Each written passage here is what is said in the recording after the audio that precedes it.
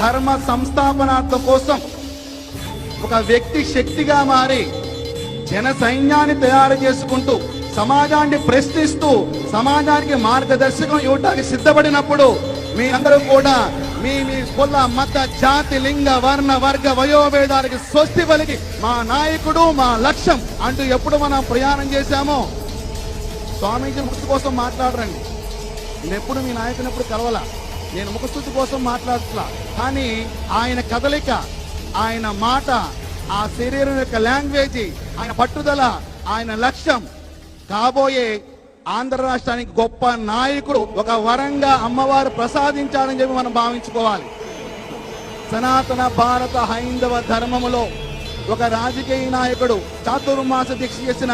గొప్ప స్థితిమంతుడు ఎవరున్నారంటే అది మాన్యశ్రీ పవన్ కళ్యాణ్ అని చెప్పి ఘంటాపదంగా మనం చెప్పుకోవచ్చు.